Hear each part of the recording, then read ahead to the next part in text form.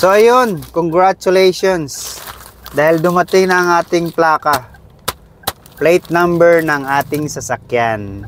At alam nyo ba, na nasita kami nung bumiyahe kami sa nung bumiyahe kami rito sa Mindanao, nasita kami ng HPG. So ngayon, kasi pansinin kasi yung sasakyan namin, yung bubong, kasi may top load kami, no. Sinita kami, oh, para tabi. Sabi sa akin, bakit conduction sticker yung nakalagay sa'yo? Dapat plaka yan. Kailan pa ba na-release yung sasakyan mo? Sabi ko, nung ano pa po sir, mga January 29 po na-release yung sasakyan ko. Oh, dapat may plaka ka na. Sabi ko, wala pa sir eh. Nasa LTO pa eh. Sila yung may problema eh. Sabi sa akin, lisensya. Nung lisensya ko, bigay ko naman, siyempre. Sunod, ito sir. Sabi niya, may papel ba yung top load mo? Meron po sir. Ayan sir, kompleto yan. Tapos sabi niya, yung ano mo, sir, yung problema natin is yung plaka mo. Kasi yung conduction sticker is, yun lang daw yung gagamitin mo pag galing ka sa kasa. Pag lumabas ka galing sa kasa, so yun lang yung gagamitin mo, conduction sticker. So pag gusto mong ibiyahe, dapat daw MB file yung ilalagay. So sabi ko, hindi naman uso sa Manila kasi MB file, di ba? Conduction sticker lang nakalagay. So yun yung nakalagay sa akin, conduction sticker. Tapos sabi niya sa akin, halika, baba ka. Pinababa ako, alam ko na to.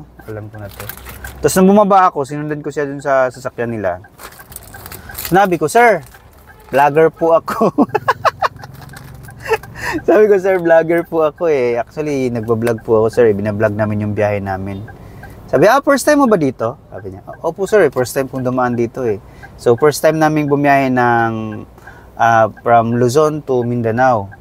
Sabi niya, sige, mag-ingat kayo ha. Binalik sa akin lisensya ko. Nung nalaman na vlogger ako. Na content creator ako. Sabi niya, mag-ingat kayo sa biyahe ha. Ko, yes sir, thank you po. Sir, thank you sir. Tapos, ayun na nga, buti na lang at after na mga ilang, ngayon, nung nandito na kami sa Mindanao, after mga 2 weeks, nag-message na sa akin yung Toyota Show na andito na yung plaka mo. So, ayun, shoutout nga pala kay Edward Munsayak at sa hipag ko na si Joy Ann Barnachea. Thank you pala, pinadala nila sa akin dito.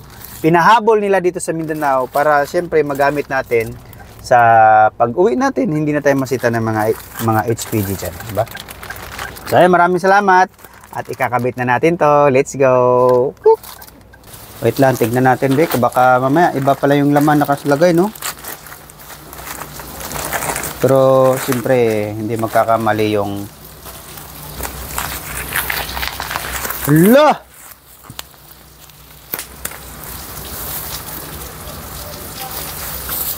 Okay.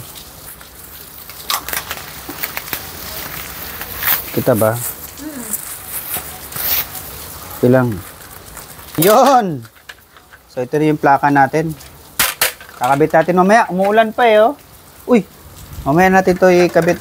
Thank you LTO. LTO. Tsaka thank you sa nagpadala.